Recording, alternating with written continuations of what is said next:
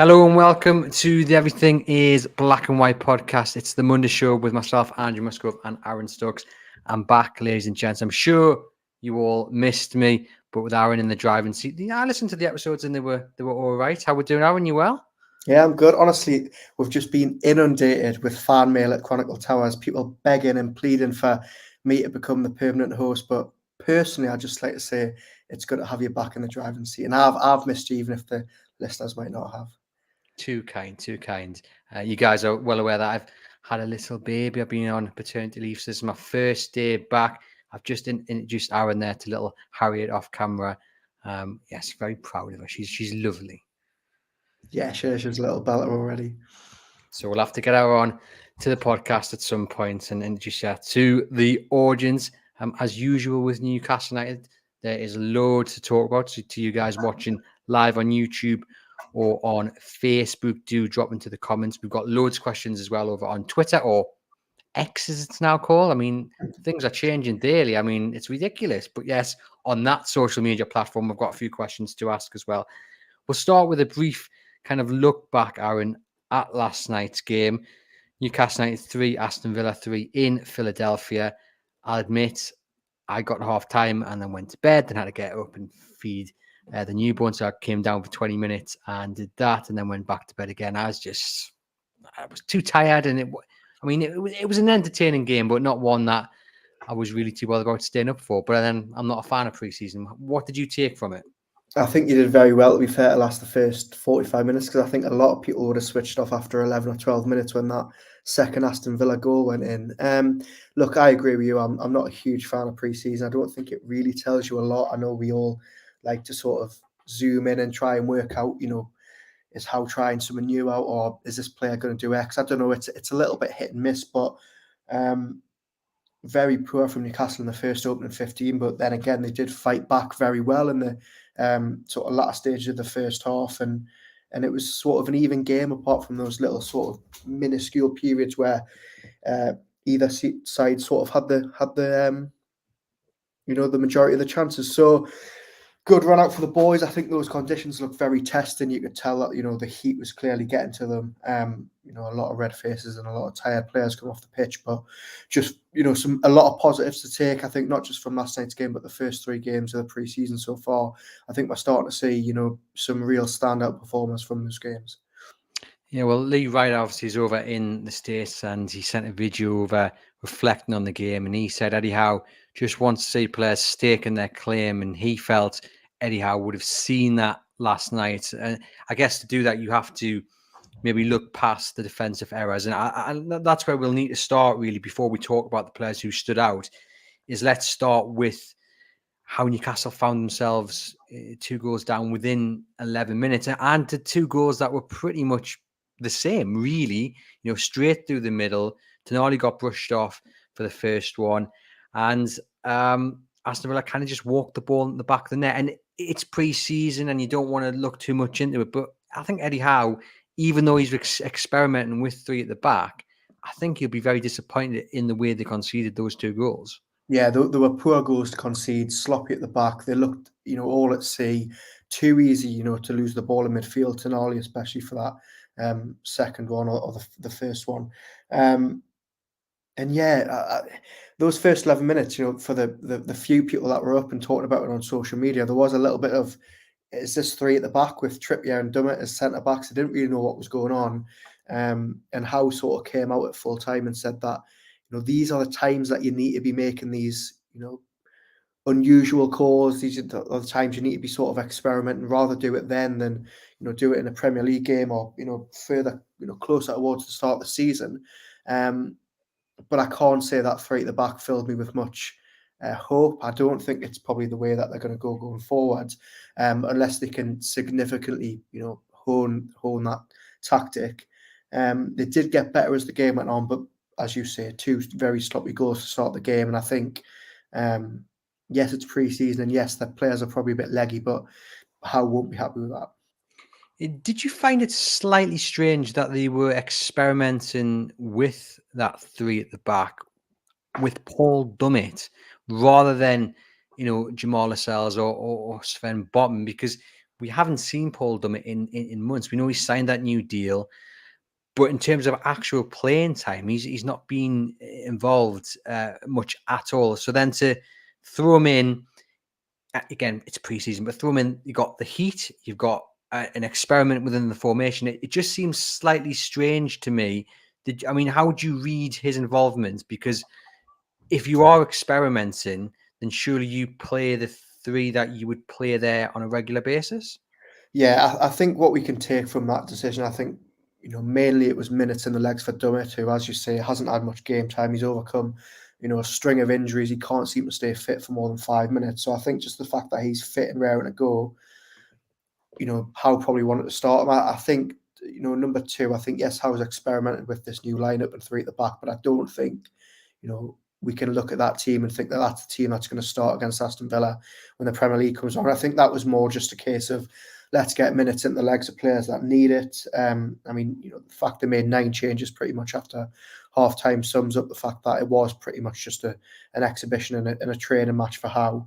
But it'll be interesting now to see against Chelsea and against Villa, against Brighton, and then against Fiorentina and Villarreal in the Stella Cup, whether he sticks with this 3 at the back or whether they revert to the 4 and we see, Botman alongside Cher and Trippier and Burn, which at the minute it looks like it's going to be if they can't get any more signings over the line. So I think we'll know more in the next couple of weeks. Geordie Tune for Life says he hopes he never sees the formation again. And it is interesting. Why do you think Eddie Howe has taken it upon himself to experiment? It's always important to have a plan B and a plan C when things aren't working, because the good thing about an Eddie Howe side is that he is adaptable to the opposition that he's playing. So that maybe plays some part to it. But for the large part of last season, he stuck, regimentally to the same formation. So why is he looking to change it? It's that old saying, isn't it? If it ain't fixed, if it ain't broken, rather, why fix it? Yeah, I think if it had been any other manager, it probably wouldn't have been so much sort of scrutiny put on the fact he went 3 at the back. But because it's Eddie Howe, who religiously sticks to this 4-3-3, he hasn't wavered once at Newcastle, despite the fact that, how much pressure was there on him last season to play 2 up top with Isak and Wilson both in form, and he doesn't buy into the clamour from the outside.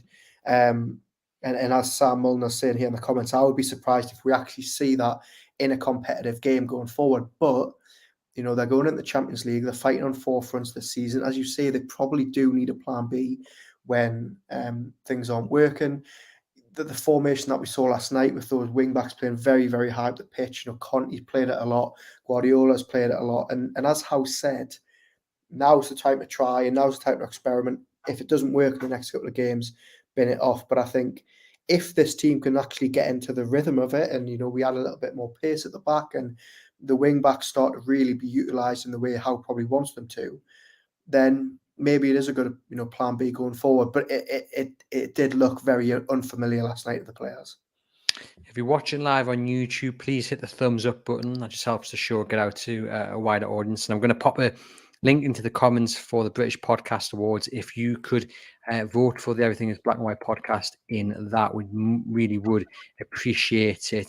I'll pop that into the comments now.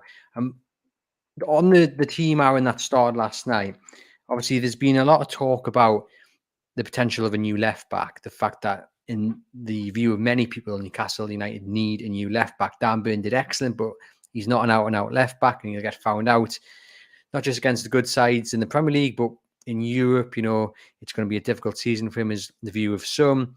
Matt Targett, is he up to scratch? But we have seen a lot of Matt Targett, in the 3 kind of games that they've played in pre-season. And I'm just wondering, do you think, given that the strongest link to a fullback has been Livramento from Southampton, who we think Newcastle are still very keen to get this deal done, there hasn't really been a left back, put forward.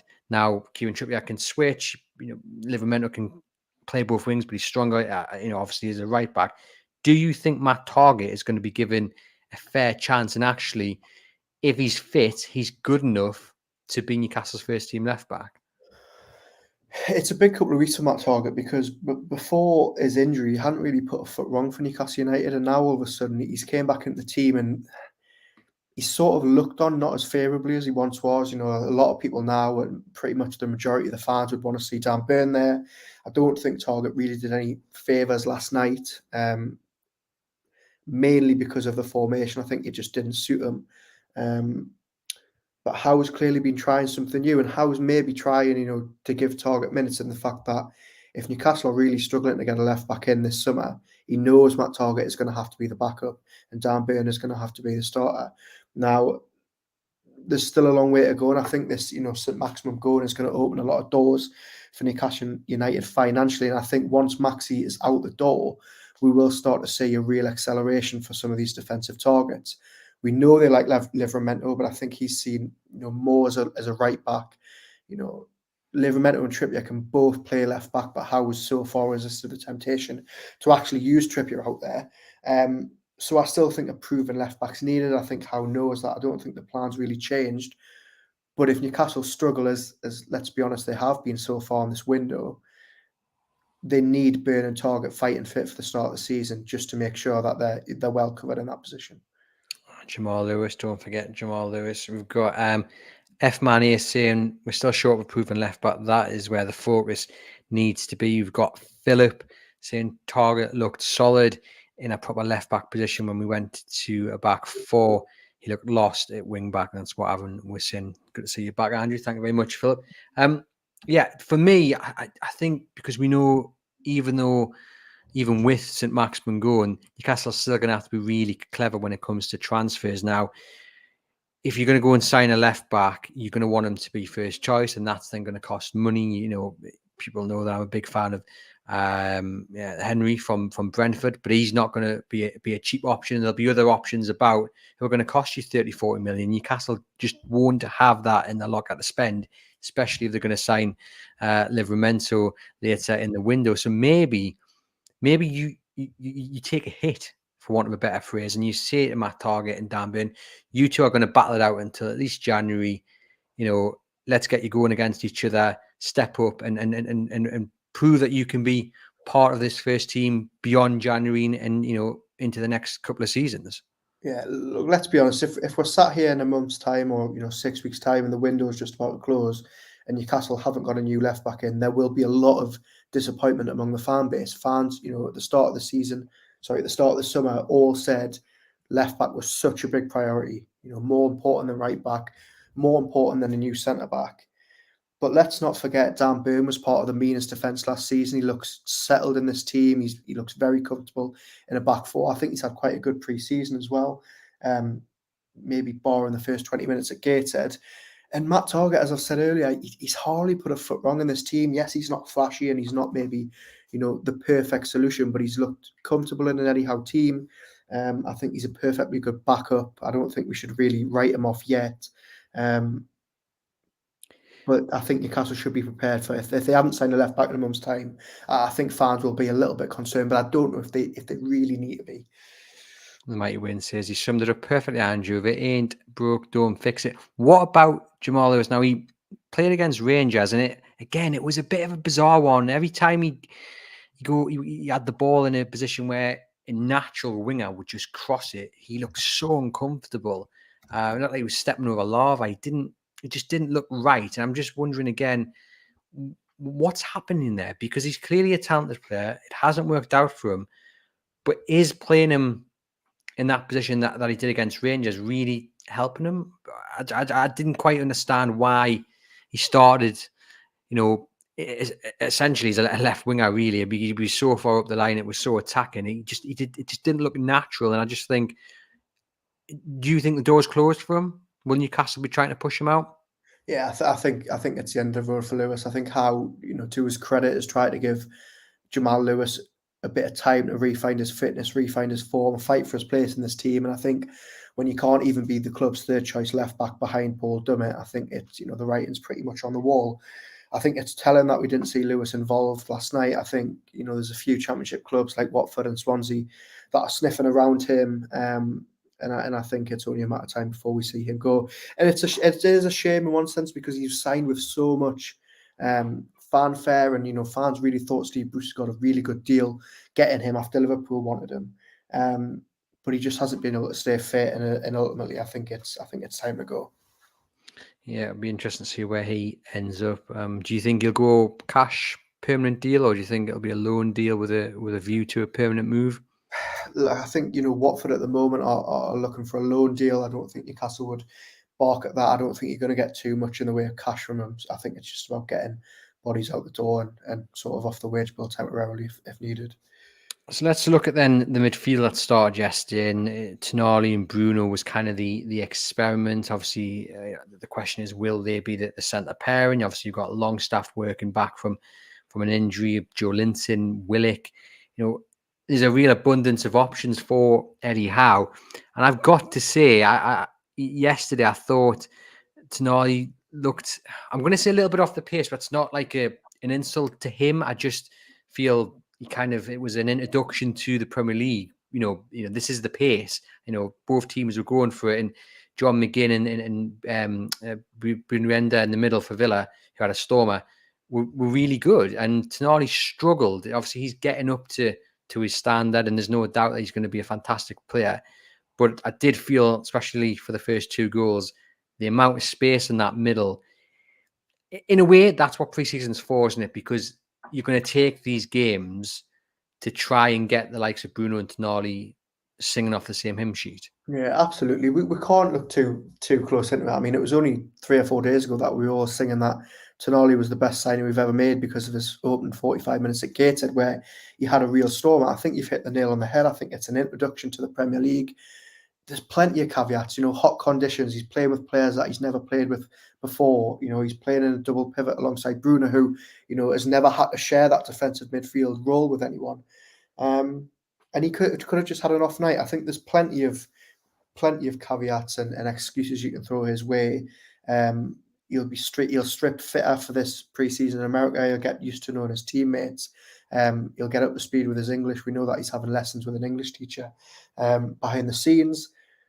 We can't read too much into it. He didn't have a very good game against Villa last night, but he had a stormer against Rangers. So I think we just need to let him settle in before we look too closely at him. But I think, again, last night it was an experiment that was a bit unusual, playing two sitting midfielders. I know you sort of have to when you play wing back so far up the pitch like you did with Murphy and Targett, but another interesting call from how I thought in the middle of the park.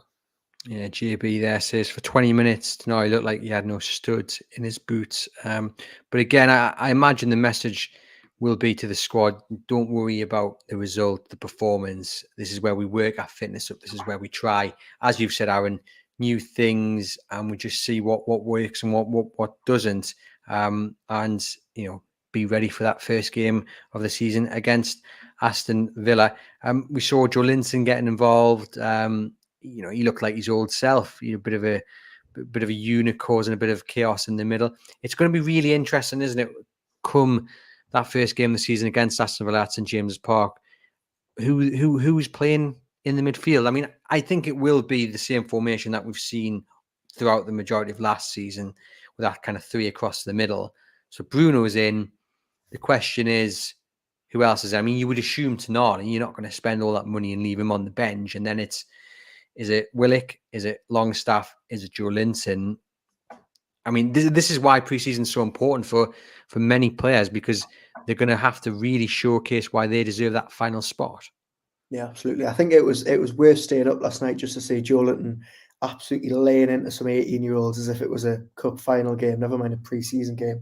He'll never ever change, will he? But I think you make a great point. I think Bruno, every single day is going to be on the team sheet. You've spent so much money on Tonali, who is going to improve this team.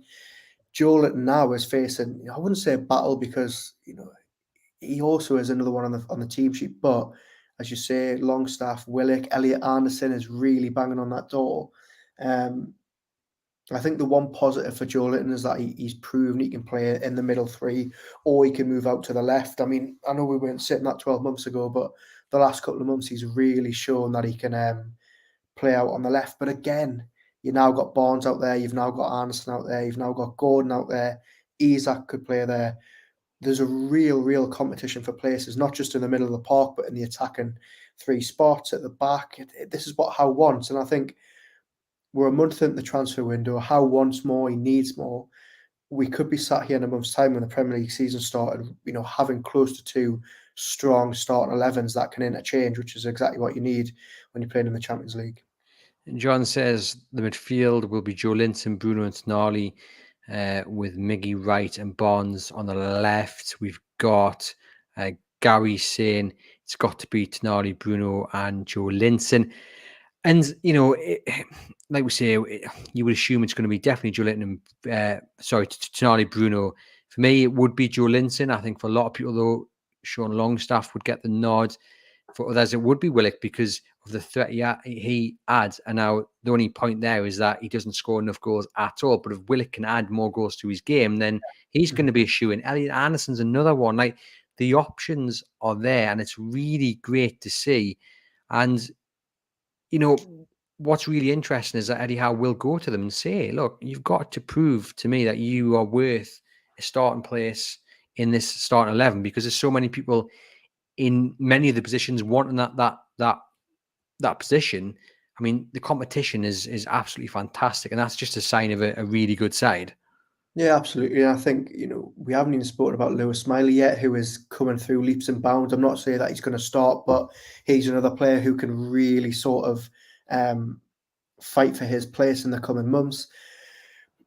I think this team's got a really good team spirit, and they all fight for each other and all love each other. But if I was Joe Linton this summer, this is a huge chance to knock Willock and Longstaff out of the team, because they're both not fit at the minute.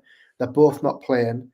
And when you've got Bruno and Tonali, who we think are going to, walk into this team come August the 12th, Joe Linton has really got to be scrapping for that last spot. But yeah, look, there's so many options. I mean, look, even in the comments here, Ricardo saying no chance Longstaff doesn't start. There's been people who, maybe in the minority, but a few people will be saying, well, we can't, suddenly drop Joe Willock after his recent form in months. So positive options for how have. I wouldn't like to be him choosing the team this time next month, but it's a great headache to have. JB says Big Joe is our best player at breaking play up, and if necessary, kicking off. He definitely has that bit of bite about him. I mean, people in the comments are throwing Elliot Anderson and Lewis Miley into the conversation, and let's talk about them, because Elliot Anderson, he's been heavily involved in the game so far, and he looks as good as we all think he can be. We said this was a big summer for him. We said a few months ago that if he's not going to be offered a real chance of first team football this season, he has to go out on loan. We know Eddie Howe shut down any chance of that in January and the summer before. It's great to see him getting his opportunity. And I tell you what, we're talking about, the likes of Sean Longstaff and Joe Willock and even Joe Linton worrying, about their positions. But I tell you, Elliot Anderson can definitely come in and sneak in, whether it be a centre role or out on the left. He's looking at home in both. And if he starts against Villa on the first day of the season, you wouldn't be upset and you wouldn't be surprised. No, absolutely. And I think, I know we've just spent the last 23 minutes saying, don't look too far into pre-season, don't stress about it too much. But I do think one thing that has been very telling is that Elliot Anderson has started all 3 games so far. He was absolutely crucial in the fight back at Gateshead, really stamped his mark on that game. Impressed in the middle against Rangers, really, really good. And last night he looked, as good as we've ever seen him. Me and Lee Ryder both got a chance to speak to him after the Gateshead game, and we asked him, do you feel at home in this team now? Is there any chance that you're going out on loan? And he's basically said that he's here to stay, and I think that's the right decision. I think, he's proven in the last couple of months that he can really mix it with the best. We're starting to see really, really big strides of improvement in front of goal, which he said last week after Gateshead. He said that he wants to add goals to his game, and I think if he does, he's going to potentially be knocking Willock and Longstaff out the team, because they don't add enough in front of goal. Really, really pleased for him on a personal level. He's really fought hard to stay in that team after a good loan spell at Bristol. And look, if he keeps this up for the next few weeks, I think a lot of people are going to be sticking him in their starting 11 for the Villa game. Yeah, I mean, look, he's got the desire to go forward with the ball. He can pick a pass. He can shoot. He's not afraid to take a pop at goal. He looks strong. He gets in the faces of the opposition, and he's still so young as well. but he just doesn't look out of place. And Eddie Howe must be just looking at that and thinking it's exactly what this side needs. And Lewis Miley as well. He's another one who, again, if he started against Aston Villa, would you really be sitting there thinking that's a bad call? Because again, the brief appearances that he's made for Newcastle, he looks streets ahead of his actual age. He looks streets ahead of every single player that's coming up from the under-21s. They all must be looking at him, including his brother Jamie, who's a bit older, and saying, we really need to follow this guy's footsteps because he looked very, very comfortable against Gateshead. I know it's obviously National League opposition, and he came on last night and he did not look out of place. And I mean, at 17 years old, it's quite remarkable. And even against Chelsea on the last day last season, he didn't look out of place. It's really good to actually see another academy graduate coming up. Howe loves him. Are we going to see maybe a situation like we saw with Anderson, 2 years ago, where he's doing really well, he's progressing from the under-21s and he's in and around the first team, but a loan move is more beneficial? Maybe. But I think a League One or even a Championship club might take a punt on him because he's proven that he can cut it with the best so far. Yeah, and he's just not afraid to shoot a goal, and that's what you like.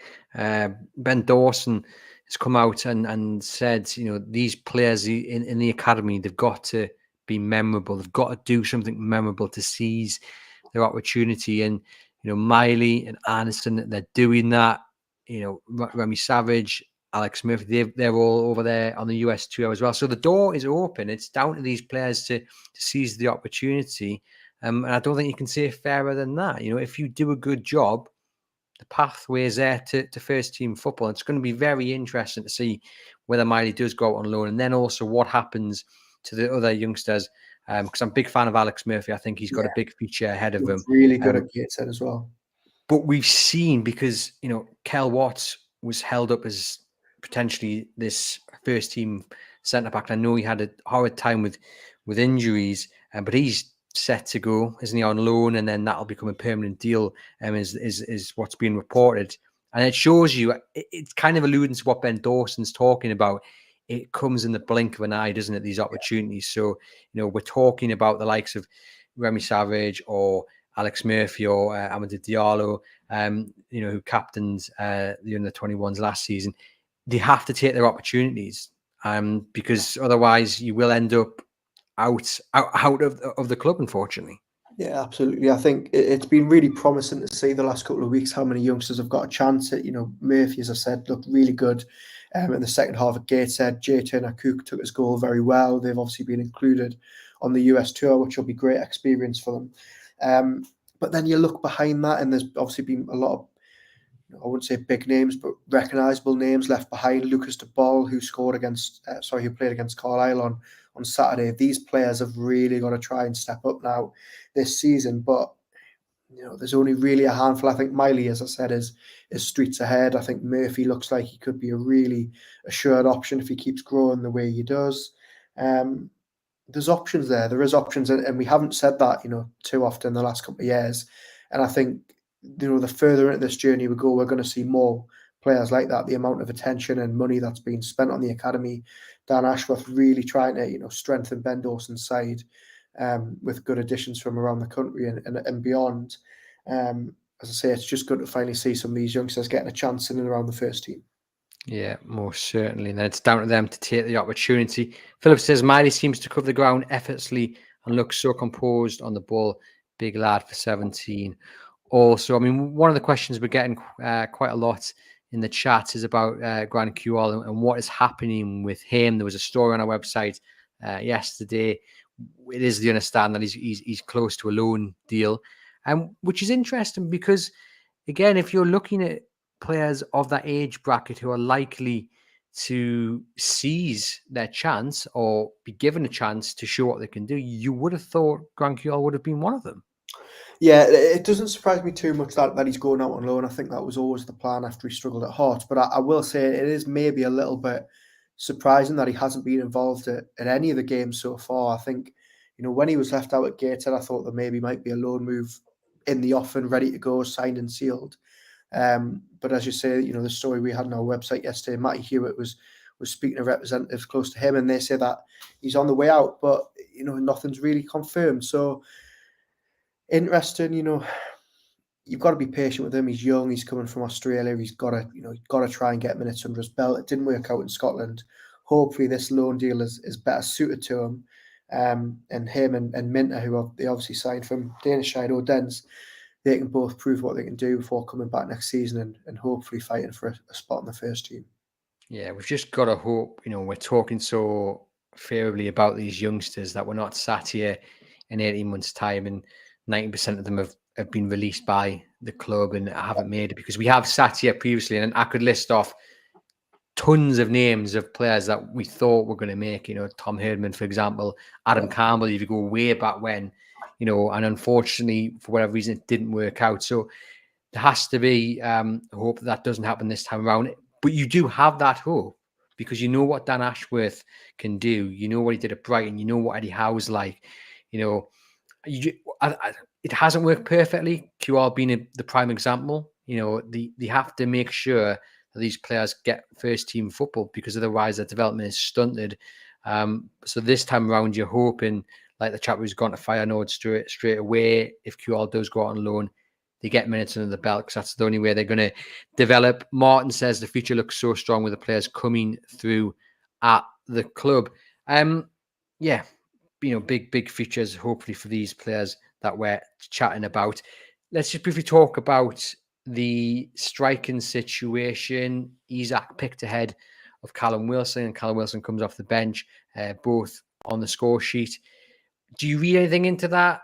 Because again, there's all this conversation about the two of them aren't going to start together come competitive football.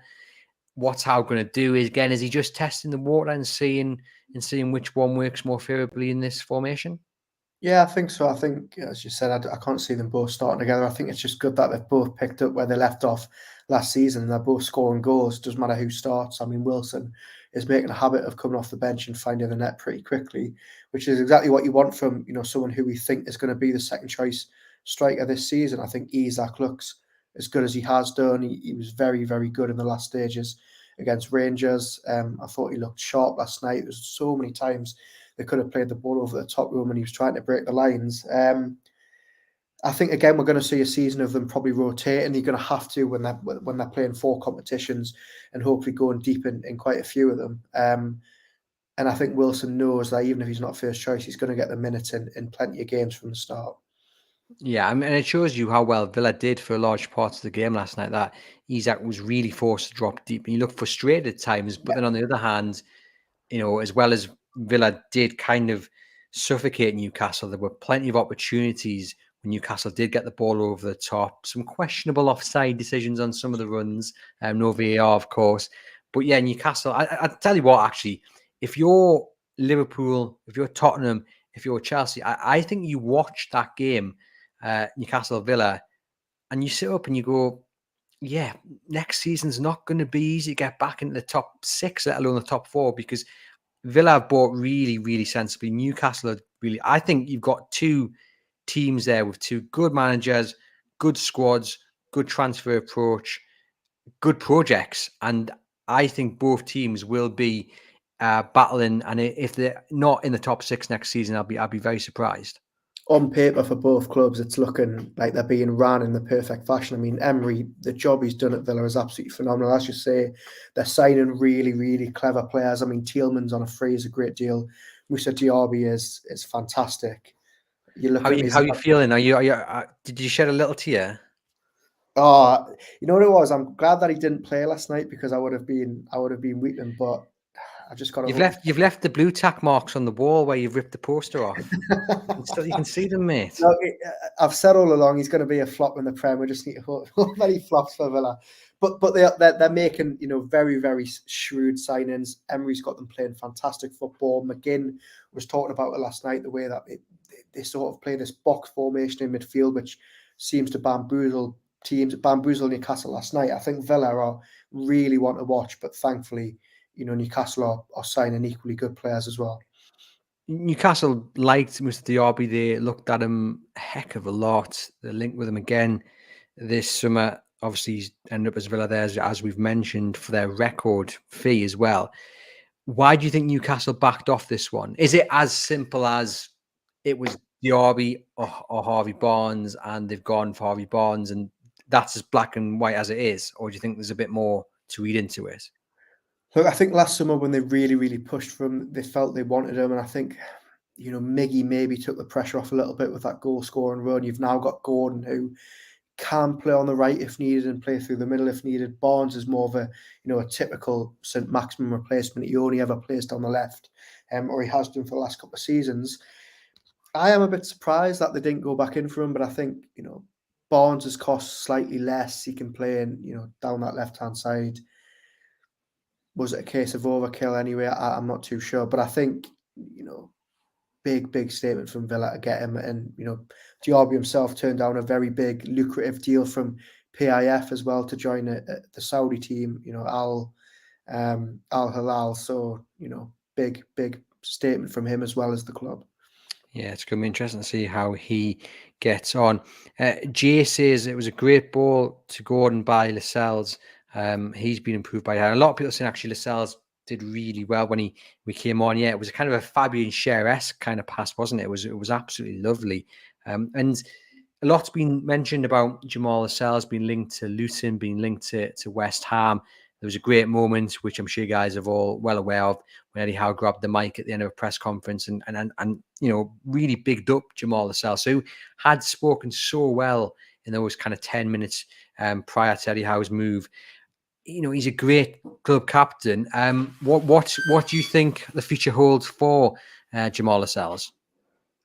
If I'm completely honest, I think Saturday's press conference where Howe spoke of so nicely about Lascelles and grabbed the mic when he didn't need to, I think that was a sort of a sign that that he's gonna stay put. I think as we've said earlier in the summer, the decision's up to Lascelles. If he wants to go, I think the door's open for him. But I think on Saturday we saw Howe sort of coming out and saying, he is the captain off the pitch. He does so much for this dressing room. If he wants to stay, there's a place for him. And he only played a handful of games last year, and a few of them were against Manchester City and Liverpool, and he didn't do too bad. He played very, very well last night when he came on. The defence looked so much more solid when he was in it. I would like to see him stick around as cover this season. Sorry, it's like Piccadilly Circus in my house, as you would expect with a newborn. Everyone just like rushes in, from the postman to me father. So yeah, we go. But yeah, I mean, I did a YouTube video a couple of weeks back about Jamal Lascelles, because you guys, the listeners and visitors to our website, took part in a survey and overwhelmingly said Jamal Lascelles needs to go. For me, though, unless he's pushing to go, he stays, because he offers not just that leadership off the pitch, but he offers a really good alternative. And look, he's not the best centre-back in the world, but I don't think he's too far behind Fabian Schär. Obviously, he's nowhere near the level of Botman, but I think when you look at what Newcastle need to do in the transfer market, to keep Jamal Lascelles for another season is a stopgap, but it's a welcome stopgap, because then you're not that worried about someone having to step up, or you spending 3-4 million on someone who can't really cut it. What you're getting with Lascelles. Yeah, I think, look, football fans are a fickle bunch, and I think when you've watched a player spend all season on the suspension, play 5 or 6 games, it's only natural that the overwhelming majority are going to say, get rid, he doesn't have a future at the club. But that's not how Eddie Howe works. He's got so much respect for Lascelles and those senior players who do so much off the pitch. Matt Ritchie being one of them as well. Paul Dummett, no doubt, as well, a huge presence in the dressing room. And as you say, if Lascelles does leave this summer, Newcastle are then having to buy another centre back on top of the left back that they want, on top of the right back that they want behind Trippier. All of a sudden, it's not sustainable. So, as I said earlier in the summer, I think as Howe made it clear over the weekend, I think if Lascelles wants to stay, which he looks like he does, the way he was talking, I think there's always going to be a place for him at the club. He's not going to get another chance of Champions League football, is he? So he probably will stay in and be there when called upon. Les says Lascelles comes into the team and looks match fit despite limited minutes. It's testimony to our training regime, and couldn't really said it better than that, Les. exactly that. He's clearly working hard in training and, just doing what the manager wants him to do. So when he is called upon, he can step up.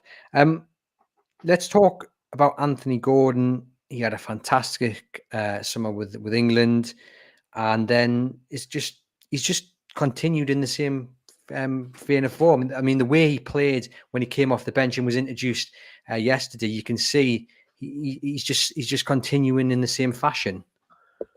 Just a player absolutely full of confidence. I've never seen him dribble like this. He just looks like every time he picks the ball up, he knows he's going to beat his man. He knows he's going to get in the box. I think, he should have probably had a penalty last night. He might have if VAR been involved in the game.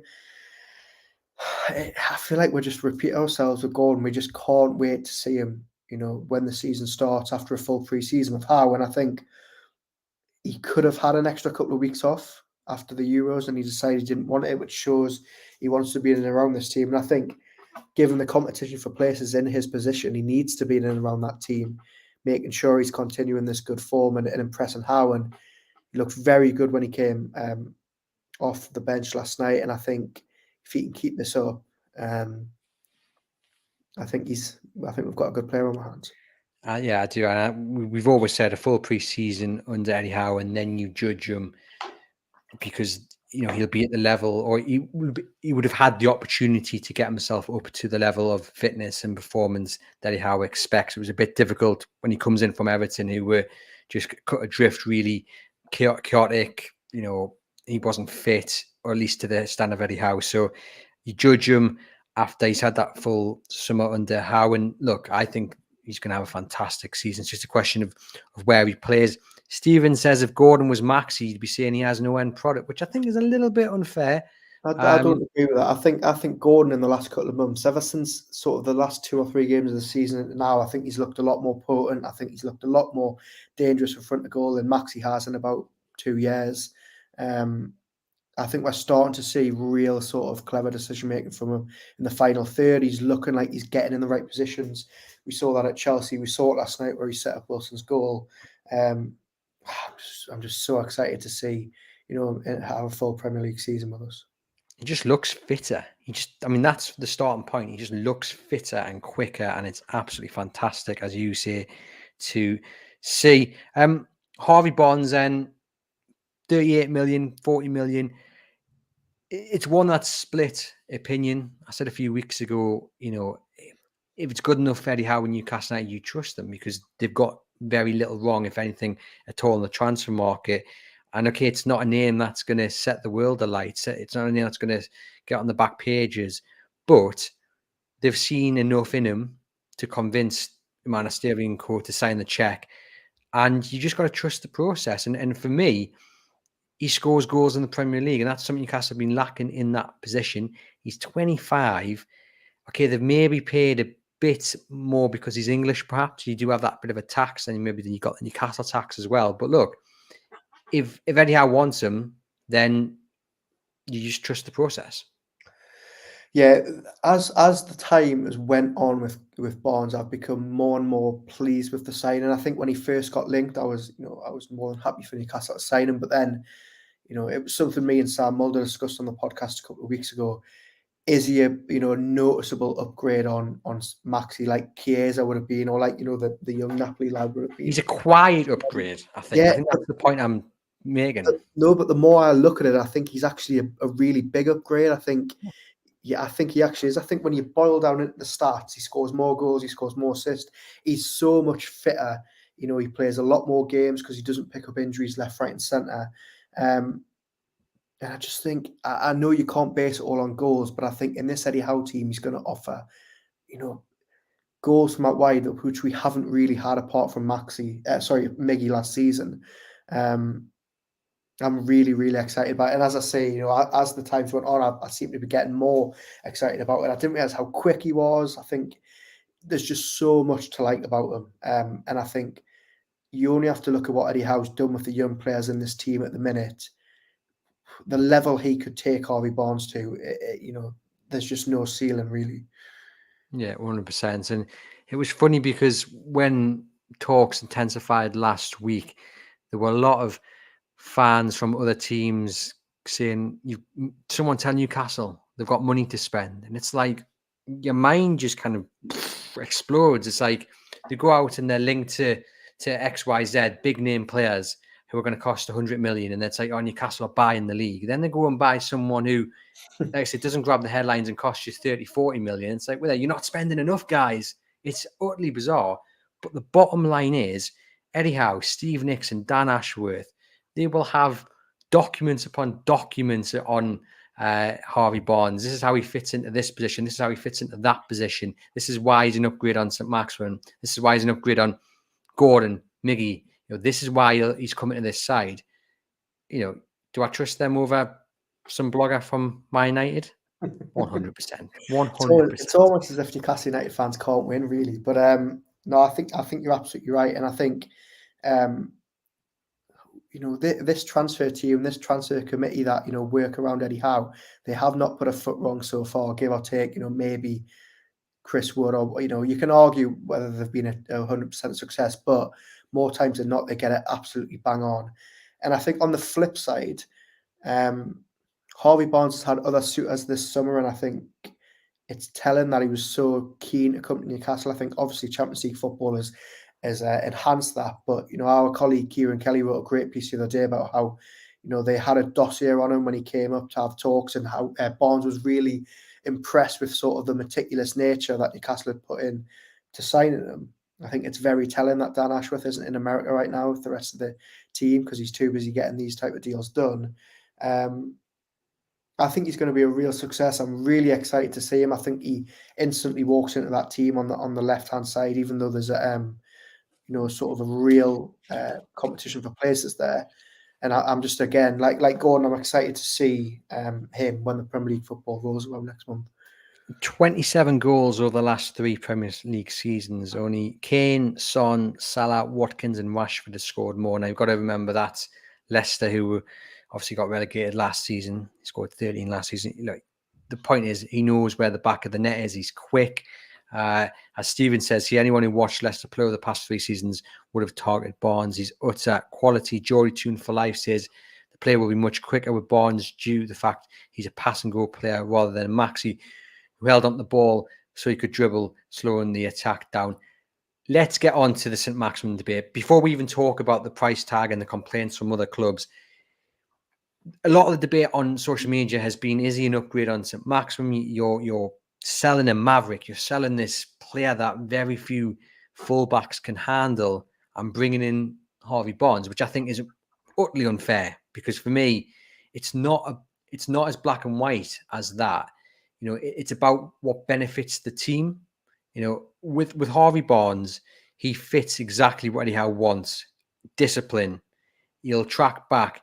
He'll make the right move, and he'll help the team go forward. With Maxi, you never knew what he quite was going to do, and I think that doesn't sit well with Eddie Howe. Great to watch when it comes off, but how often does it come off? You know what I mean? I think that's why, for me, there's no question. This is totally the right move for Newcastle United. Harvey Barnes in and St. Maximin out.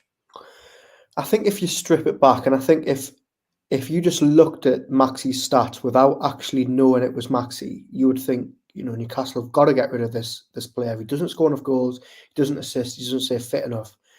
And I just want to carry out this by saying, if Maxi had stayed this summer, I would have been fine. I was, happy for Maxi to stay. I like him. I think when he's fully fit, we saw last season at times he was an asset.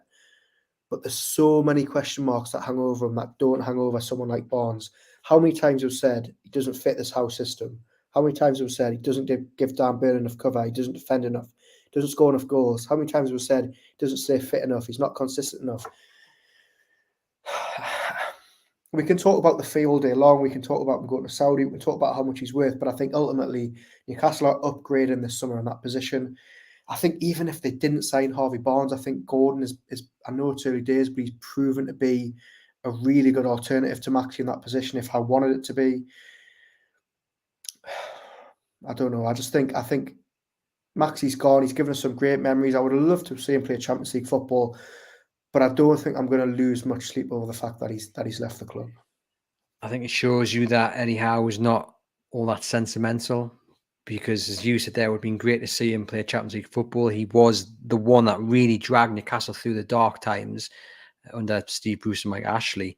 And it would have been nice, but there's no room for that kind of emotion in football. He's been sacrificed for the good of the club, the money it's going to bring in. And yeah, I was having a conversation the other day and someone was harked back, oh, he's a fantastic player, he's great. And the example they gave was Kyle Walker against Manchester City. I just sat there and said, well, there you go. That's exactly why Eddie Howe isn't losing too much sleep over selling Alan St. Maximin, because the point that you're making, the game that you're giving as evidence, happened back in August. And I know he had injuries and what have you, but that is the point. Consistency is not in the vocabulary of Alan St. Maximin. It is in Harvey Barnes. 27 goals over 3 seasons in a pretty poor side. I think he'll hit the ground running. The only question is he a starter? Does he start? He has to, right? I think he does. I think if he can get up to speed, I mean, I know he played last night for 20 minutes. He hasn't trained a lot with Leicester recently. He hasn't trained at all with Newcastle. Is it going to be a Bruno type thing where he has to have a couple of weeks or months to get up to speed? I don't know. I think if he's fully fit and firing and in this team, I think he starts. I think I'm really, really excited by it. And I just think, going back to Maxi, you made a great point there about Walker and the game against City. Everybody talks about that goal he scored at Wolves last season. That was in August as well, and it was the last goal he scored in a Newcastle shirt. He just didn't do it enough. And it's funny because people are harking back to when Andy Cole was sold and what have you. It's like, come on, guys, it's nowhere near that. It's night and day, really, isn't it? It's, yeah. I mean, thank you to St. Maximin, but not losing too much sleep over it. The complaints or reported complaints from other Premier League sides on the deal for Alan St. Maximin, they want to see why he's going to be worth, was it 35 to 40 million? I'm in the camp, and I think a lot of people are, when you compare the price tags that have been paid for other players, is it overvalued? Because I don't really think it is. If you look at it in the context of it. Yeah, there's always going to be, a little bit of contention around Newcastle selling or buying players from Saudi Arabia. It's just going to be the way the game goes. But I don't really think other clubs can really moan that Newcastle United are, bending the rules by selling Maxi over there, when really he's probably being undervalued. Don't think his full market value is being met if he's going for 25, 30 million. I also think when you look at what Chelsea have been doing, selling half their team to Saudi Arabia to fund, a £200 million spending spree last season. Liverpool are on the cusp of potentially losing 2 of their, starting midfielders to Saudi Arabia. Other clubs don't really have a leg to stand on in the Premier League when they're selling, old players for a lot more than they should. And I think Saudi Arabia, if reports are to be believed, are potentially going to sign Kylian Mbappe for 1 season for 300 million, or from 700 million for that 1 year in wages. And yet somehow Newcastle United are the ones that are ruining football. I don't know. I think we need to zoom out a little bit and look at the wider implications of it. Yeah, to kind of phrase, he's only 26. Yeah, they say he is undervalued for sure. And you mentioned Liverpool there. It's hypocritical. I think it has to be. I'm not against the questions being asked, because I think you need to be transparent and you need to be open about these things. And anyhow, was asked about it in a press conference, wasn't he, before the game against Aston Villa? And he said, we're all governed by the same rules that every other team is regarding deals. I'm sure we'll meet every criteria needed to make sure the deal is above board and done properly. So I don't think he's against people looking into it, but he's confident everything's going to be done right. The issue is, yeah, like you said, the hypocrisy of the teams. I mean, Jordan Henderson, 12 million, okay, maybe that's undervalued. But I also think if you're going to bring up price tags, you have to look at wages, because there's no way some of these players are heading to Saudi Arabia without being paid 250,000, 300,000 a week. So does that not come into the overinflated price when you're bringing up Newcastle? For me, if the Saudi Pro League hadn't exploded as it has in the last couple of months, and all of a sudden a team in Saudi Arabia were wanting to sign St. Maximin, I would think, okay, maybe there's something a little bit dodgy here. But I think when you look at the players that have been signing, the type of players they want, I mean, they're getting Riyad Mahrez, they're potentially getting Mbappe, they've got Benzema. They're getting not just players over the hill, they're getting players in their peak. If Newcastle all of a sudden start trying to sell Jeff Hendrick to Al Hilal for 25 million, I think maybe there's a big issue there. And I think also if Newcastle suddenly get players like Ruben Neves and players like that on loan, I think we're beyond the, I think the line's being crossed. But I don't really see how people can moan that Newcastle are selling one of their only sellable assets at 26 years old for only 30 million when they bought them for 25 years ago. I think they're being shafted a little bit. Yeah, we're going to do a video later in the month regarding those players who have moved to the Saudi Pro League, and we're going to go through them and ask the question, would Newcastle have taken them, and see what we come up with. But we might actually wait until the middle of next month, because I suspect that's going to rumble on the players that Saudi Arabia try and buy. So one to watch there. Just quickly, Aaron, we were talking about strikers before. Eddie Howe again was asked about it this week, and he said we've got two top players. That's Isak and Wilson. Behind him, you've got Anthony Gordon. Or behind them, you've got Anthony Gordon. With the price of front players being so high, I don't think that's an area of the budget we can go into this summer. Do you take that as face value? Because also in that press conference, he said nothing was imminent, nothing was close. Harvey Barnes signs 24 hours. Like, I still think they need another striker. I get that Anthony Gordon's name being put forward, but I still would like an out-and-out striker to come in. I also get the budgetary constraints he's talking about. What do you make of that, his response to that question? I just think, as you said, we learned on Saturday night, you just can't really take too much of what Howe says, seriously. I mean, the fact that he was asked about Harvey Barnes on Saturday night, when Harvey Barnes had flown, or was probably in the air flying to Philadelphia, and he said, well, he's a Leicester City player, I can't really talk about him. It's frustrating as a journalist who speaks to Howe on a regular basis. You want a little bit more truth out of him, but I understand from his point of view, he's got to protect the club, and I just think there isn't too much point asking him about transfers. If he told you today was Monday, would you question him? Yeah, absolutely. If I was looking outside and it was sunny and he told me that it was raining, I'd be a bit like. Just on the strike and the striker, I mean, can you see one coming in after he said that? Do you think they need it? I know you're a big advocate for Anthony Gordon being the third choice. Yeah. Look, I think there's certainly a need for more players. I just think, we're approaching the halfway stage in the window, and Newcastle probably need a left back, much more than that. I would argue that they probably do need another backup right back if Manquillo and Ashby are to leave. Centre back could be a place that they need to strengthen. I'm just not sure, as I've said all summer, I'm just not sure how far up the list it is. But look, if there's a deal to be done, I'm sure Newcastle will explore it. But I think it's taken a lot of pressure off the fact that Gordon can play in that role if needed.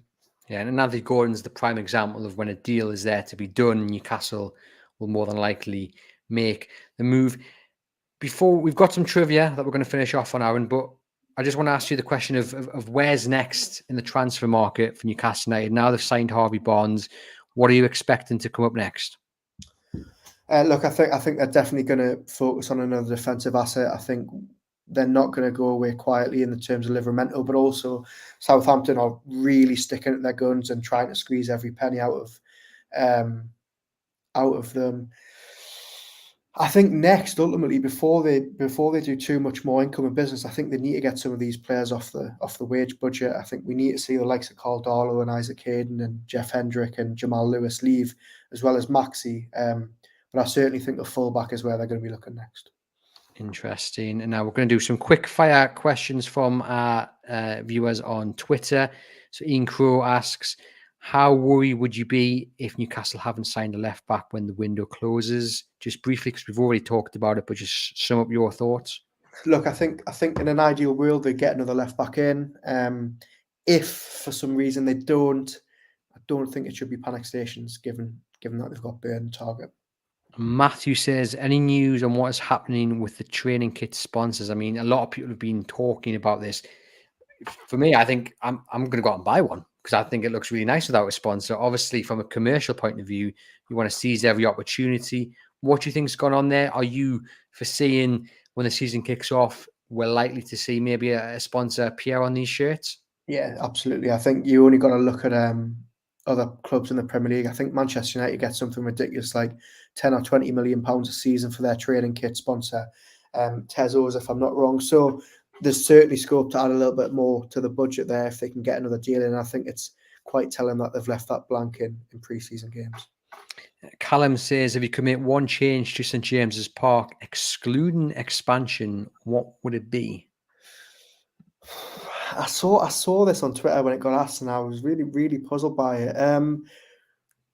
Look, I think Get a Greg's in. Yeah, That's what I'd do. a Greg's would be very good, actually, to be fair. Maybe a Greg's in the press box would be decent.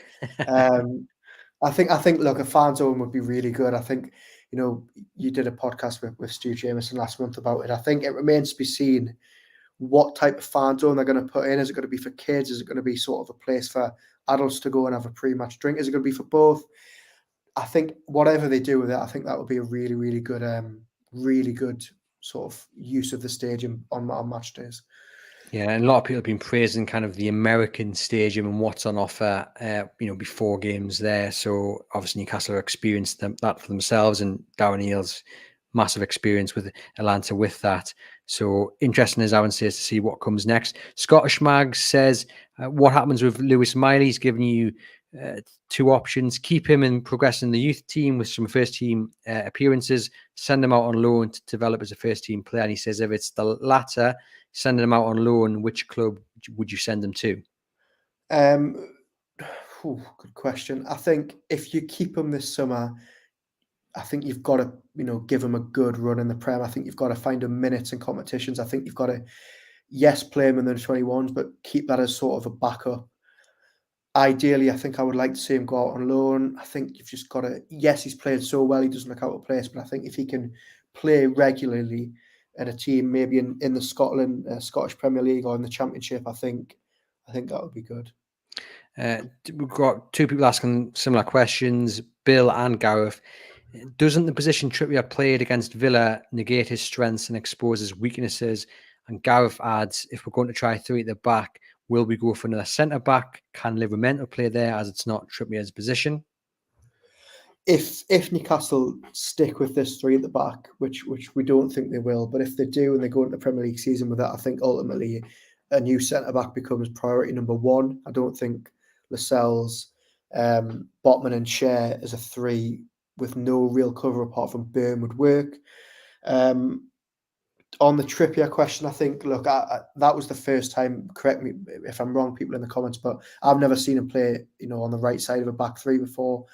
Yes, maybe it doesn't play it with strengths because he can't go forward, he can't put crosses in, he can't play much in the attack and third. But I think it's actually a positive to see that he was playing there last night. He was playing centre mid against Gateshead. He was playing right back against Rangers. He can play anywhere really. He's that versatile. So I don't think we'll be seeing too much of a change in Trippier's position. An interesting one to watch. We've got Willsey Baby asking, how will Newcastle line up? If Barnes is a starter, will Gordon move to the right, do you think? I can't see them dropping Miggy, so I think it will have to be either Gordon or Barnes. And it's interesting. I don't necessarily think Barnes is an out-and-out starter just because of the way Gordon's performing. It's going to be really interesting to see that team sheet come August the 12th. I think Gordon's proven ultimately. I mean, he hasn't proven it in right midfield, but he's proven on the last day of the season that he can play in the centre. He's proven at the Euros he can play up front. I don't think it would be too strange if we saw him on the other flank with Barnes. But I think, as you say, Miggy cemented his place in the last couple of weeks. He looked good in the first half against Rangers. I thought he looked decent last night at times. Good competition for how to have. And this leads us on to a penultimate question, Aaron, from Eric, who says his son was one of the mascots last night and got to walk out with Fabian Schär. So this is a shout out to Eric's son. He asks, Eric, he says, I know Newcastle need to rotate, but how is Eddie going to keep all these attackers happy with playing time? It's a key question. It's a very good question. I think you've just got to look at what he did last season. I think you've got to look at what Callum Wilson was saying. These players know that they're going to get chances this season. These players know that they're at a Champions League club. I think I wouldn't be surprised that towards the end of the window, if that attack gets maybe thinned out a little bit, I think Miley maybe gets taken out of the equation. It doesn't look like at the stage that they're going to look for another attacker as well. So really, when push comes to shove and you're playing in 4 different competitions, that it might not be a case of keeping everyone happy because they're getting enough minutes anyway. Last question then before I get onto the trivia. F-Man says, interested to hear from you guys as to how many more you think Newcastle will bring in and who's your number one to go after. So how many more do I think they'll bring in? 2. I think Livramento will end up as a Newcastle United player. I think Southampton will end up dropping their price. And I think Livramento, the longer it goes on, I think he'll end up pushing for a move. And the other position, I still think a forward is necessary, but then we've heard what Eddie Howe's had to say.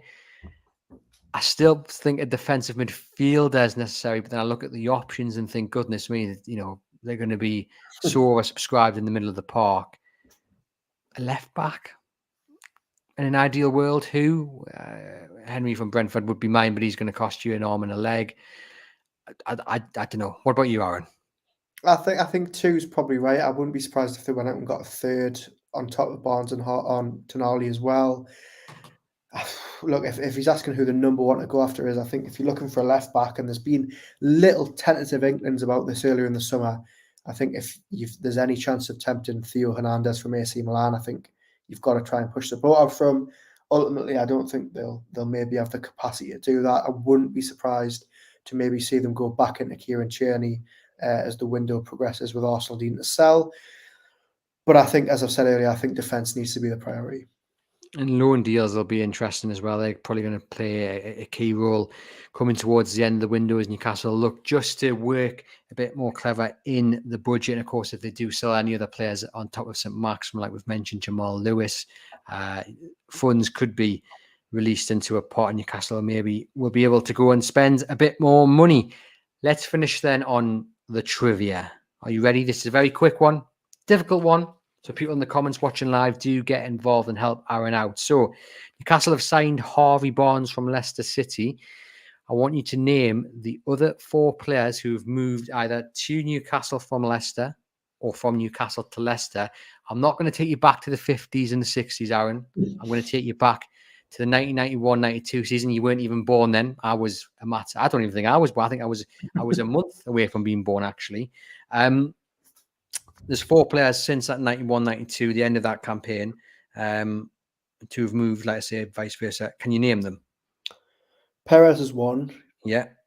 Is Slimani 1? Slimani's 1. So you've got 2, and there's, like I say, there's 4. So there's 2. There's 2 to go. And I'm guessing these 2 are going to be old as are they both in the 90s? 1 moved in 2003-04. So the summer okay. of 2003, and the other left in the summer of 92. I'm not really sure that date works.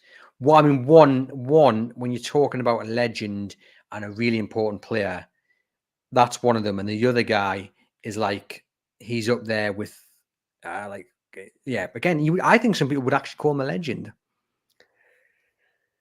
2 legends.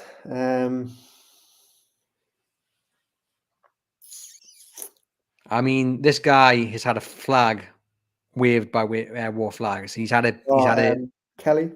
David Kelly moved to Leicester after helping Newcastle into the Premier League. Kevin Keegan brutally said, "On your way, lad," and he went down to Leicester. So and then just summer of 2003. Now this is like my favourite Newcastle era as well. I used to love that Bobby team. Did he join Newcastle or did he leave Newcastle? He left Newcastle to go to Leicester. And he was a legend. I think many people would class him as a legend, yeah. No, do you know what? I'm going to correct myself before someone jumps in. I got the wrong way around. Sorry. So this person did join. He joined Newcastle. David Kelly. No, joined Newcastle from Leicester City. So before people jump in, I'm holding my hands up. I got that one wrong, but the answer was David Kelly. The guy you're looking for, Aaron, left Newcastle to join Leicester City. I feel like I'm going to kick myself, but I can't get it. Scored in a timely at Derby. Shirt off. Derby's ass? Nicholas Dabby's ass. Oh, I see. Without that clue, I wouldn't have got that. I completely forgot that he went to Leicester. There we have it. So you had David Kelly joining Newcastle from Leicester in 91-92. I didn't realise he spent such little time in Newcastle, actually, David Kelly. Means his legendary status is all that more a bit impressive. Then Nicholas Davidas left Newcastle to join Leicester City. Then Slimani joined on loan and played a matter of minutes. Not even going to say games.